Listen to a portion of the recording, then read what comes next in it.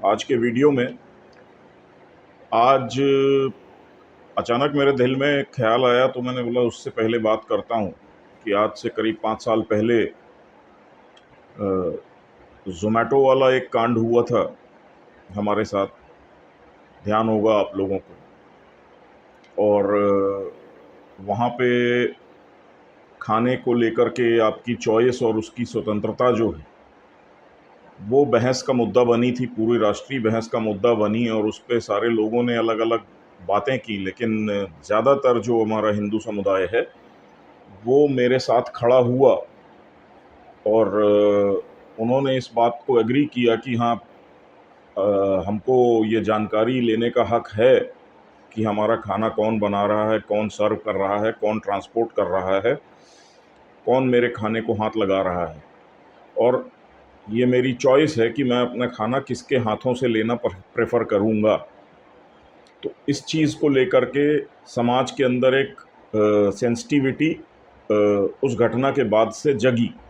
और पूरे देश में इसको लेकर के एक बहस और एक विमर्श खड़ा हुआ। और लोगों ने इस मामले पे सोचना शुरू किया कि सही बात है, ये सब सोचने वाली बात है। इसके बाद एक लंबा सिलसिला चल पड़ा कि अगले कई साल तक ढेरों वीडियोज़ और फोटोज़ आने लगे कि जिसमें दिखाया जाने लगा कि खाने की चीज़ों के साथ एक ख़ास समुदाय जो है वो कैसी हरकतें कर रहा है, कि उसमें थूकना या उसमें गंदगी मिला देना या गंदी नालियों में सब्जियों को धो कर के बेचना, फलों पे। अब क्या कहा जाए, आपने तो वीडियोज़ बहुत सारे देखे ही होंगे। तो वो एक चेतना समाज में आई और लोगों ने एक दूसरे के साथ ये सारी चीज़ों को शेयर करना शुरू किया और बहुत सारे सवाल उठने शुरू हुए। कई बार शादियों में केटरिंग वालों के ऊपर सवाल उठे कि उनके यहाँ खाना बनाने वाले कौन लोग हैं। और इस तरह की बहुत सारी चीज़ें घटित होना शुरू हुई।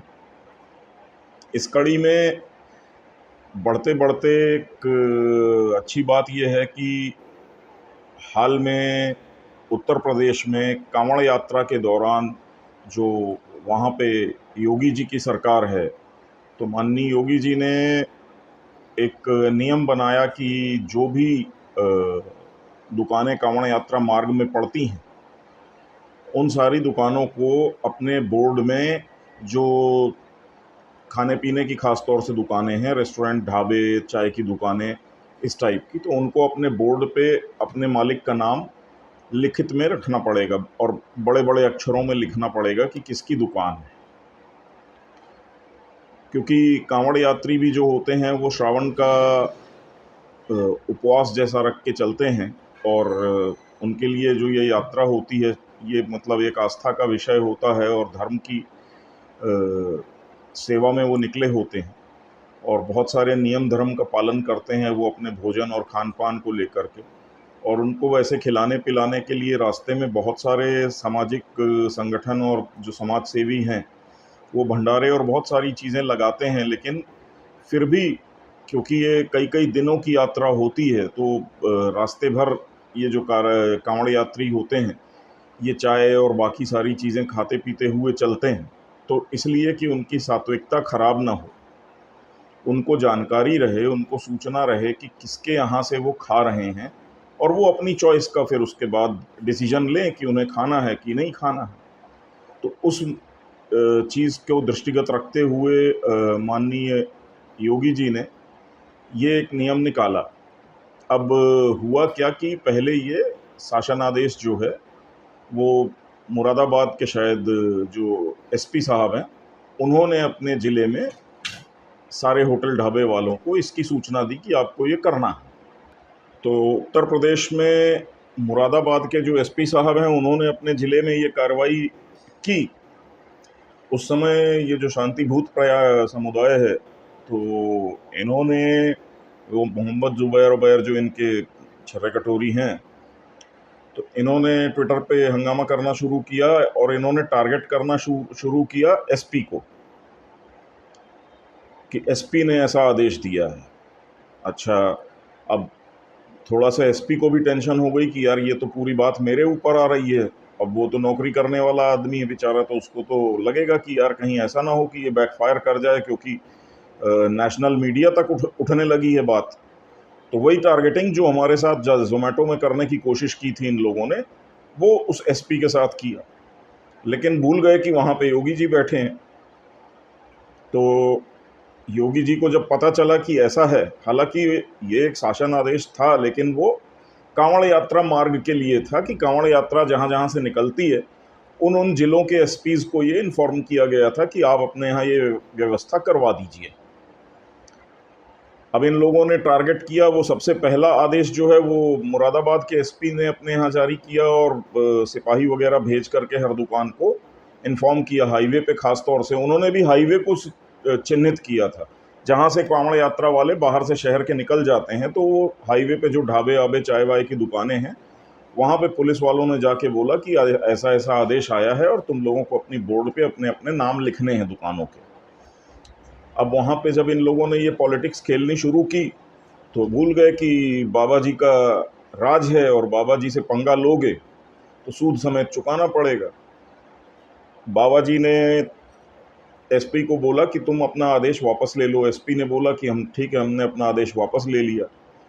उत्तर प्रदेश सरकार ने पूरे जिलों के लिए, पूरे प्रदेश के लिए ये आदेश जारी कर दिया।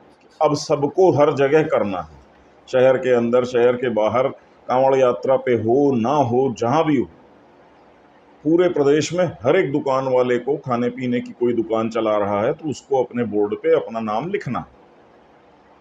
अब इन लोगों की सिट्टी पिट्टी गुम। अब बाबा जी से ज़्यादा ये लोग पंगा लेते भी नहीं हैं। समस्या ये, बोलती बंद, करें क्या। तो थोड़ा सा चूँ चढ़ाक करते रहे। फिर भी तब तक में उत्तराखंड के पुष्कर सिंह धामी साहब हैं, उन्होंने बोल दिया हमारे यहाँ भी लागू, सब बोर्ड पे नाम लिखो किसका क्या नाम है।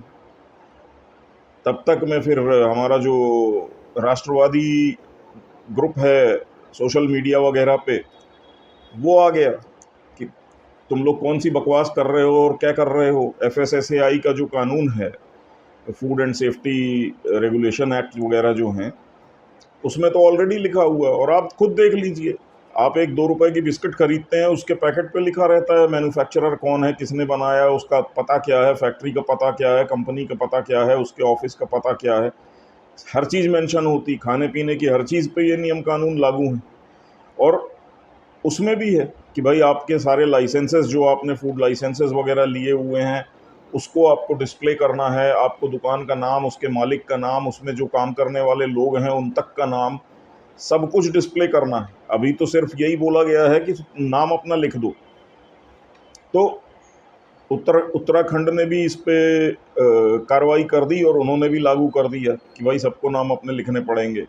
अभी आज की खबर ये है मेरे ख्याल से कि मध्य प्रदेश की ये जो मोहन यादव सरकार है भाजपा की, इन्होंने बोल दिया हमारे प्रदेश में भी करना पड़ेगा। अब नियम ही बन गए हैं। अच्छा, होता क्या है कि एक समुदाय को समस्या है इस, बाकी किसी को नहीं है। जैसे सिखों का आप ले लें तो उनके ढाबे वगैरह होते हैं, उन्होंने कोई विरोध नहीं किया। क्रिश्चियंस हैं, बहुत सारी जगहों पे क्रिश्चियंस की बेकरीज वगैरह हैं, उन्होंने कभी कोई विरोध नहीं किया किसी चीज़ का, क्योंकि कोई अपना नाम छुपाता भी नहीं है ना। अब जैसे सरदारों के बहुत सारे ढाबे हैं जहाँ पे सीधा सीधा ही लिखा रहता है पंजाब ढाबा, फलाने का ढाबा, ठिकाने का ढाबा, फेमस है। हमारे यहाँ बहुत सारे ढाबे फेमस हैं ऐसे, जहाँ लोग नॉनवेज खाने के लिए जाते हैं कि भाई वो सरदार जी का ढाबा है, उनके यहाँ नॉनवेज बड़ा बढ़िया बनता है। बहुत सारे दोस्त हमारे जाते हैं वहाँ। तो वो तो अपनी पहचान छुपा नहीं रहे हैं, वो तो बढ़िया पगड़ी बांध करके सरदार जी बैठे रहते हैं काउंटर पे, सबको पता है कि किसका है क्या है ना। तो ना कोई कम्युनिटी अपना नाम और पहचान छुपा करके इस व्यवसाय को करती है, ना किसी को कोई आपत्ति।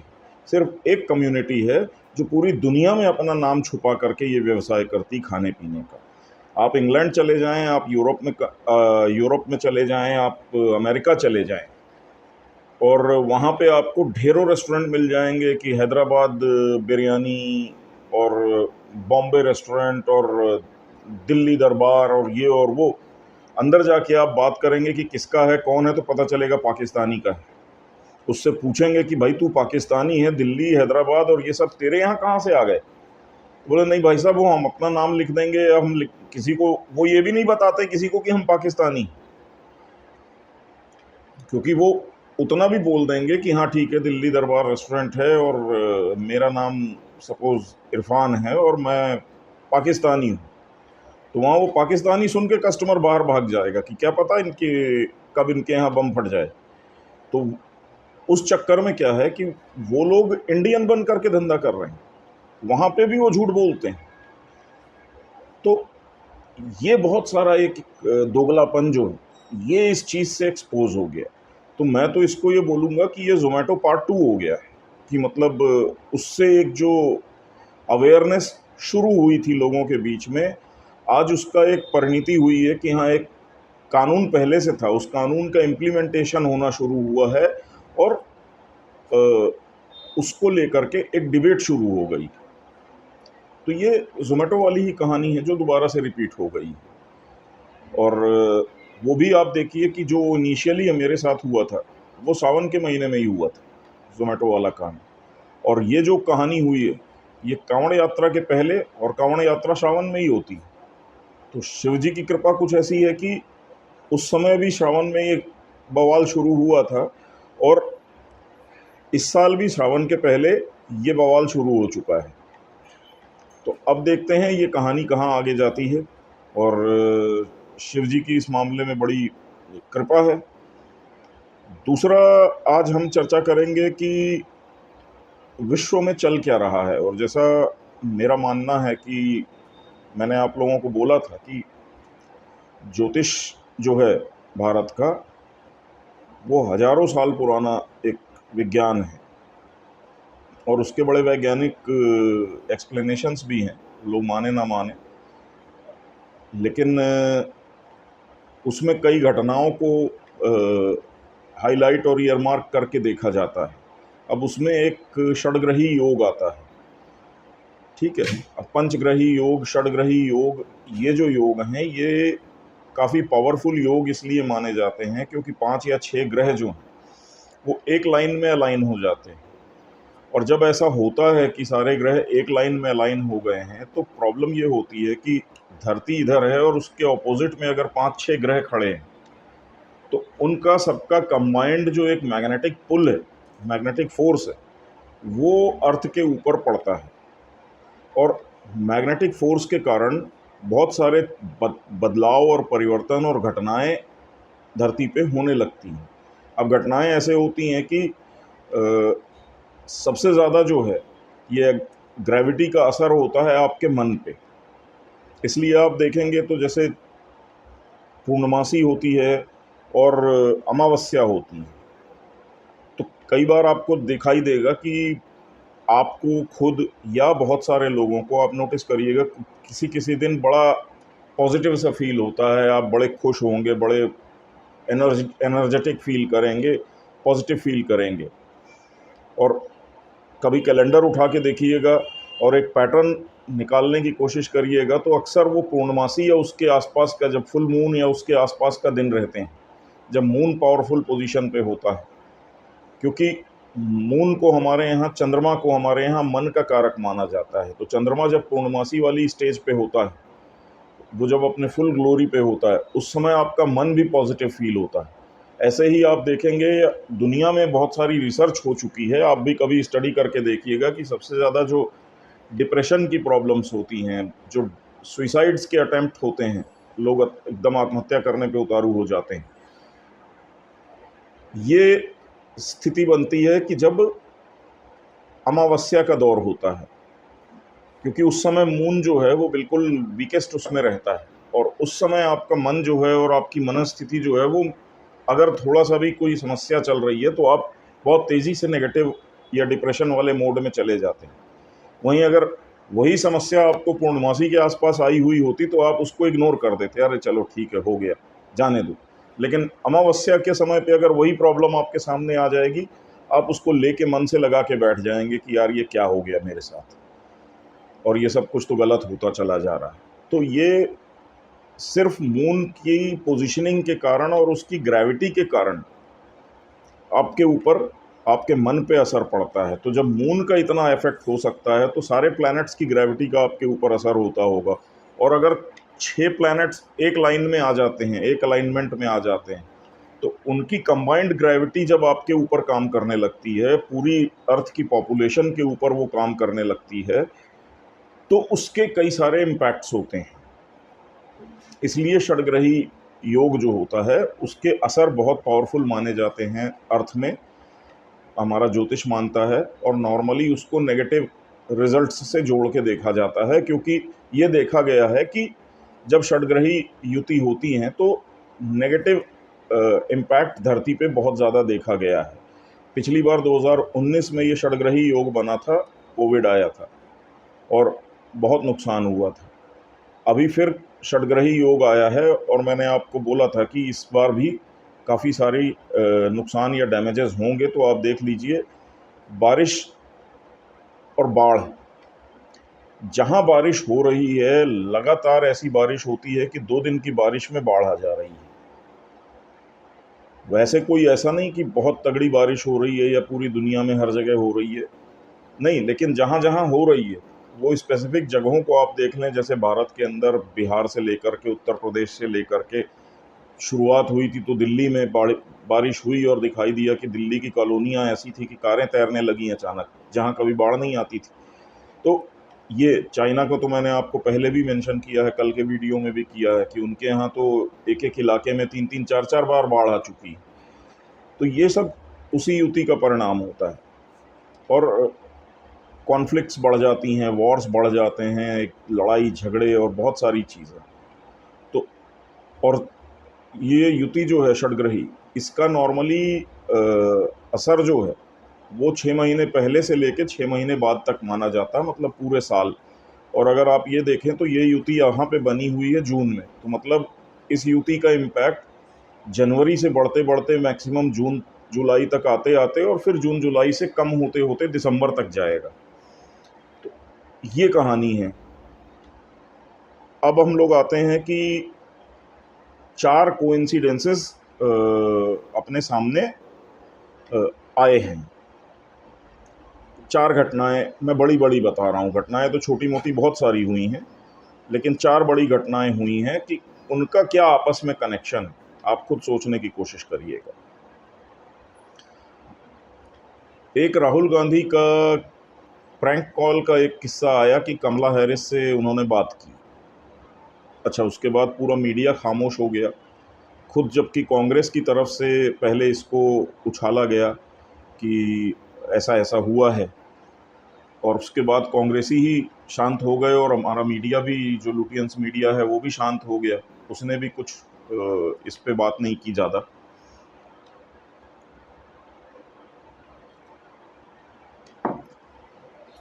अब यहाँ पे सवाल ये बड़ा उठता है कि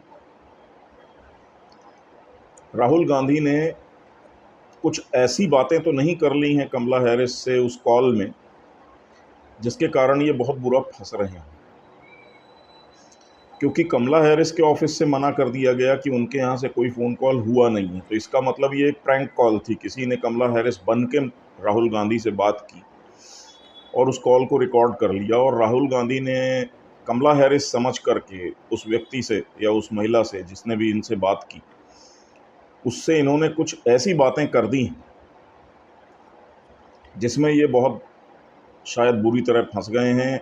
और तब से ये गायब हैं अंडरग्राउंड, ये कहाँ हैं दिखाई नहीं दे रहे हैं, ना इनकी आवाज़ सुनाई दे रही है, ना ये कोई बयानबाजी करते दिख रहे हैं।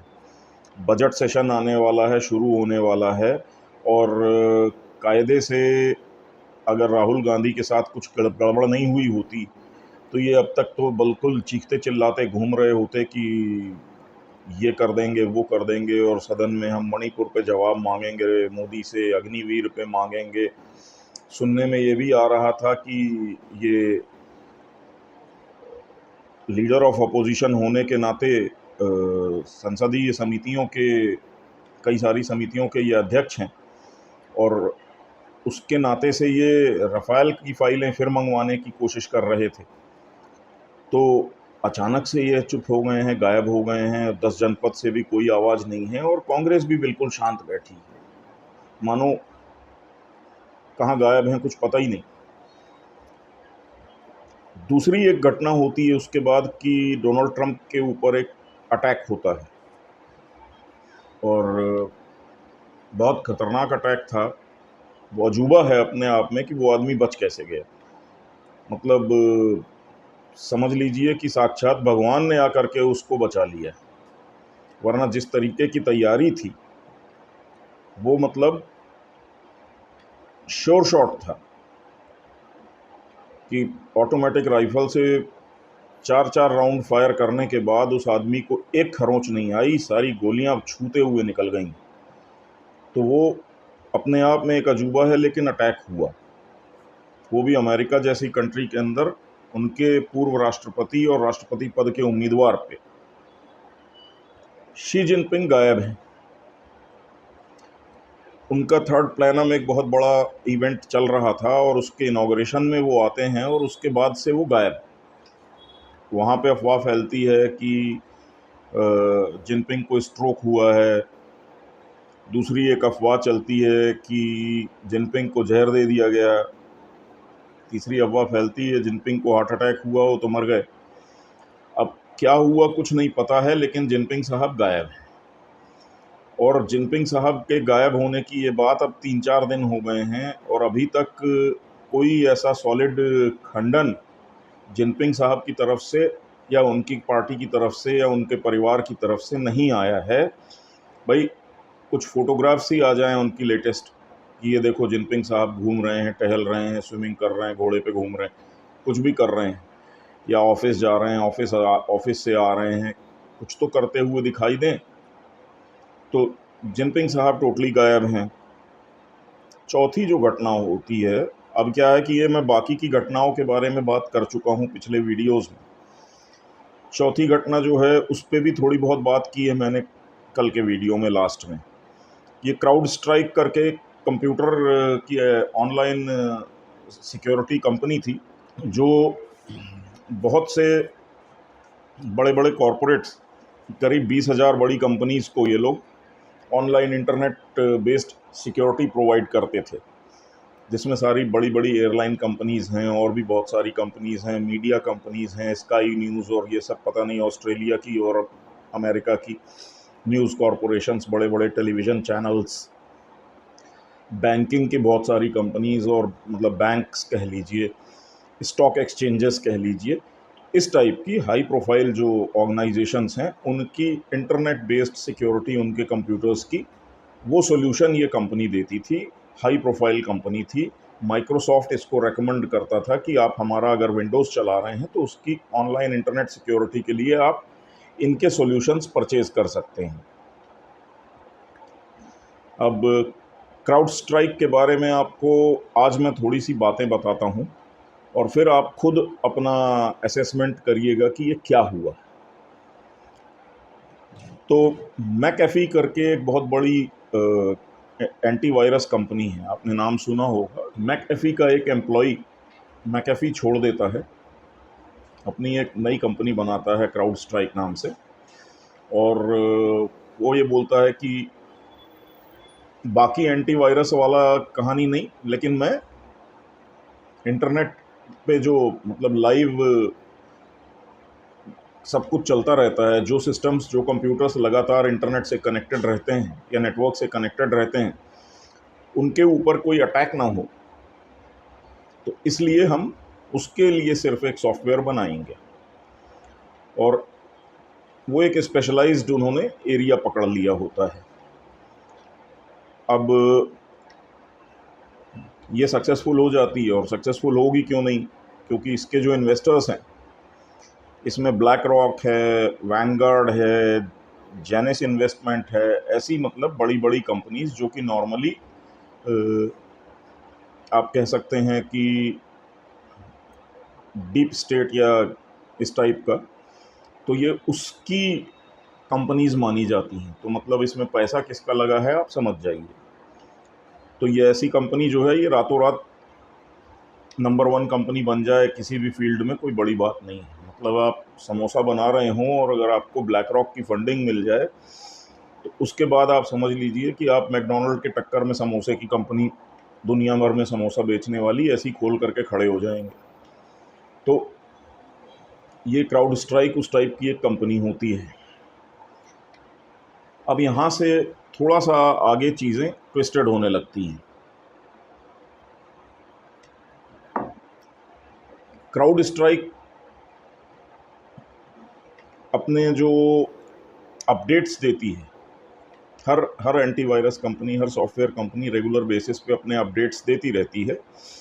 और उस अपडेट का प्रोसेस ये होता है कि इनका एक सर्वर होता है, उस सर्वर से ऑटोमेटिक आपके कंप्यूटर में वो अपडेट की फ़ाइल जो है वो ट्रांसफ़र हो जाती है, डाउनलोड हो जाती है और इंस्टॉल हो जाती है अपने आप। आपको ज़्यादा उसमें कुछ करना नहीं होता है, वो अपडेट का प्रोसेस है। तो ऐसे क्या कई सारे सर्वर्स होते हैं जिस पे वो फ़ाइल डाल दी जाती है, और जो भी आपका नेटवर्क होता है, इंटरनेट होता है, वो उसको जिस भी सर्वर से कनेक्शन मिल जाता है वो उस सर्वर से वो फ़ाइल डाउनलोड कर लेता है। तो क्राउड स्ट्राइक का एक सर्वर है यूक्रेन में। जी। अब यूक्रेन में काफ़ी सारे सर्वर्स हैं, उनमें से एक सर्वर पे क्राउड स्ट्राइक की भी अकाउंट है और उनकी भी फाइल्स रहती हैं। अब यूक्रेन में जो सर्वर है, उस सर्वर पे कुछ बहुत सेंसिटिव इन्फॉर्मेशन, कुछ बहुत बड़े-बड़े फैमिलीज़ और लोगों के बारे में स्टोर्ड है। उनके बैंकिंग से लेके, प्रॉपर्टीज़ से लेके, ट्रांज़ैक्शंस से लेकर के बहुत सारी चीज़ें। मतलब आपके ओबामास, क्लिंटन्स, बिडेन्स, इस टाइप की फैमिलीज़ जो हैं अमेरिका की, और भी पचासों फैमिलीज़ आप गिन लीजिए, तो इनके billions and trillions of dollars के हिसाब किताब जो हैं और बहुत कुछ, वो सब डिटेल्स वहाँ पे स्टोर्ड हैं। ट्रंप साहब जब प्रेसिडेंट थे, तो ट्रंप साहब ने जब जानकारी उनको दी गई कि वो जो सर्वर है यूक्रेन के अंदर, वो एक्चुअली जान है इन लोगों की, अगर वो सर्वर और उसकी इंफॉर्मेशन मिल जाए तो ये सारे लोग एक्सपोज कर दिए जा सकते हैं। तो ट्रंप साहब ने अपने सीक्रेट सर्विसेज वगैरह सबको ये बोला था कि किसी भी तरीके से वो सर्वर कैप्चर करके लाओ यूक्रेन से, वो उनके टारगेट पे था। इसके बारे में आप अगर थोड़ा सा गूगल में सर्च वर्च करने की कोशिश करेंगे तो आपको मिल जाएगा, ट्रंप साहब जब प्रेसिडेंट थे तो वो कौन से सर्वर्स की बात कर रहे थे, क्या कर रहे थे। हिलरी क्लिंटन सर्वर्स और ये सारी बातें आप करेंगे, हिलरी क्लिंटन का ईमेल का जो एक पूरा कांड हुआ था, तो काफ़ी कुछ है उसमें। बाइडेन साहब और उनके बेटे के बहुत सारे कारनामे और बहुत कुछ, वो यूक्रेन के सर्वर पे मौजूद था।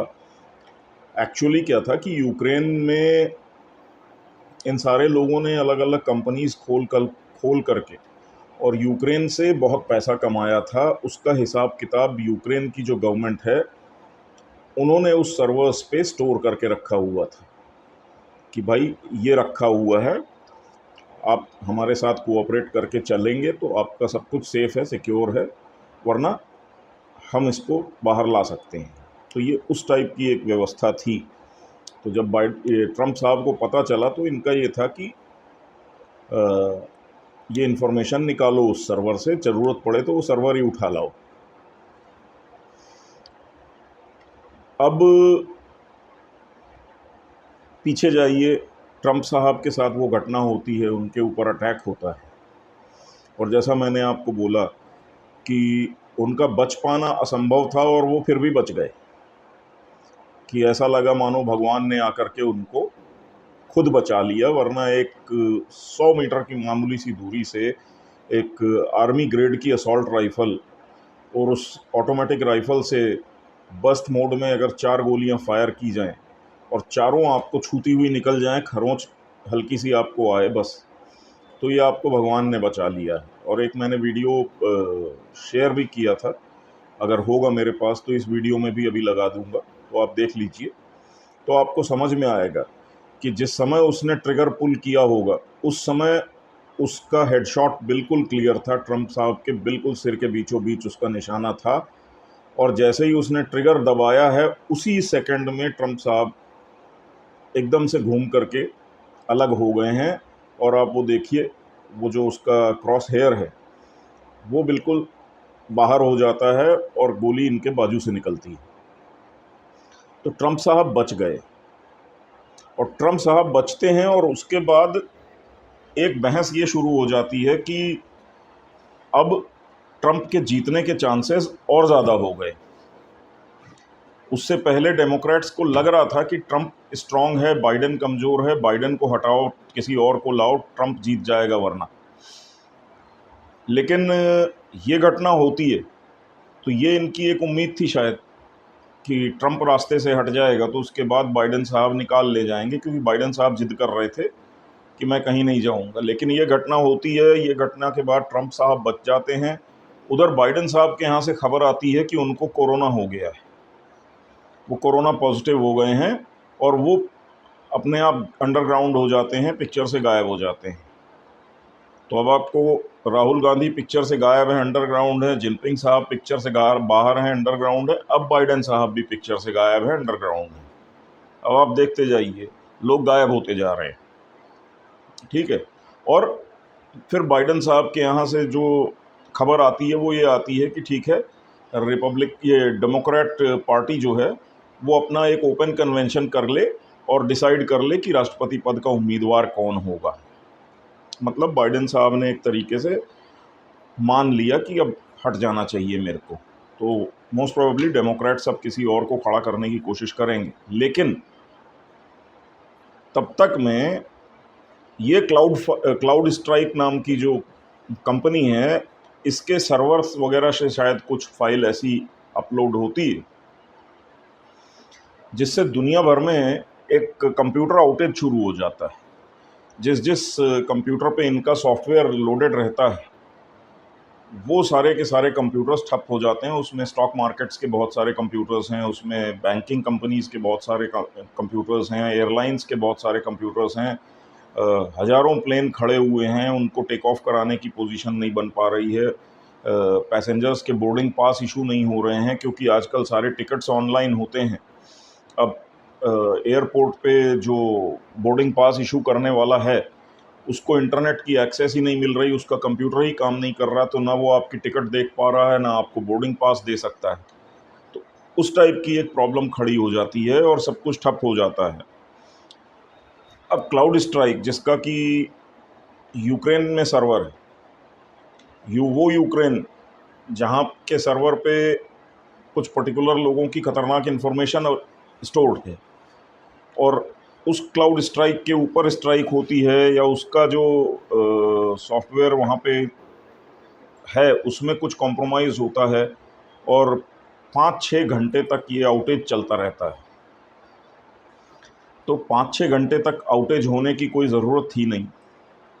सॉफ्टवेयर में अगर मतलब अपडेट्स में कोई प्रॉब्लम हो रही होती तो वो बड़ी जल्दी उसका रिजोल्यूशन किया जा सकता था कि उस अपडेट को रोल बैक कर दिया जाए, और वो रोल बैक होने के बाद आप नॉर्मल हैं, गुड टू गो। पिछली वाली स्टेज पे आपका कंप्यूटर आ जाएगा, वो सारी फाइल्स जो गड़बड़ कर रही हैं वो हटा दी जाएंगी, बाद में उसको सही कर दिया जाएगा। दूसरी एक चीज़ है कि सॉफ्टवेयर टेस्टिंग का एक बहुत तगड़ा मैकेनिज़्म हर सॉफ्टवेयर कंपनी में होता है, चाहे वो कितनी भी छोटी कंपनी हो। कोई भी छोटा से छोटा सॉफ्टवेयर या प्रोग्राम वो कंपनी बनाती है तो उसकी 50 बार टेस्टिंग करती है, उसके बाद ही वो कस्टमर को हैंड ओवर किया जाता है कि हाँ जी सारा आपका सॉफ्टवेयर रेडी है। हर तरह की टेस्टिंग की जाती है।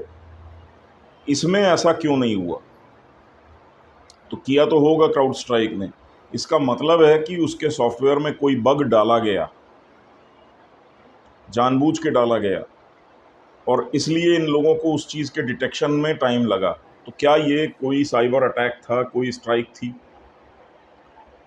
क्या उन सर्वर्स को क्लीन करना, डिलीट करने की एक कोशिश थी कि वो सारी इन्फॉर्मेशन क्लीन कर दी जाए, या उन सर्वर्स से वो पूरी इन्फॉर्मेशन कॉपी कर लेना या चुरा लेना एक टारगेट था, और उसमें जितना टाइम लगा, 5 घंटा 6 घंटा लगा, उतनी देर तक सब कुछ डाउन रहा, और जैसे ही वो सब काम हो गया उसके बाद सारी चीज़ें अपने आप नॉर्मल हो गई। तो बहुत सारे सवाल इसमें खड़े होते हैं। तो इसमें मतलब बहुत सारे लोग इसको कॉन्स्पिरेसी थ्योरी बोलेंगे, बहुत सारे लोग कोइंसिडेंस बोलेंगे। लेकिन साहब कोइंसिडेंस एक बार होता है, 2 बार होता है, बार-बार नहीं होता है। और आप रुकिए, आप देखते जाइएगा, मैं भी यहीं हूँ, आप भी यहीं हैं। इसके आगे भी कोइंसिडेंस इस टाइप के बड़े होते रहेंगे और मैं आपको उन सारे कोइंसिडेंसेस को याद दिलाता रहूँगा। अभी जो कुछ मैंने बोला है, बस इसको दिमाग के किसी कोने में डाल कर के रखिएगा, ताकि जब हम आगे बात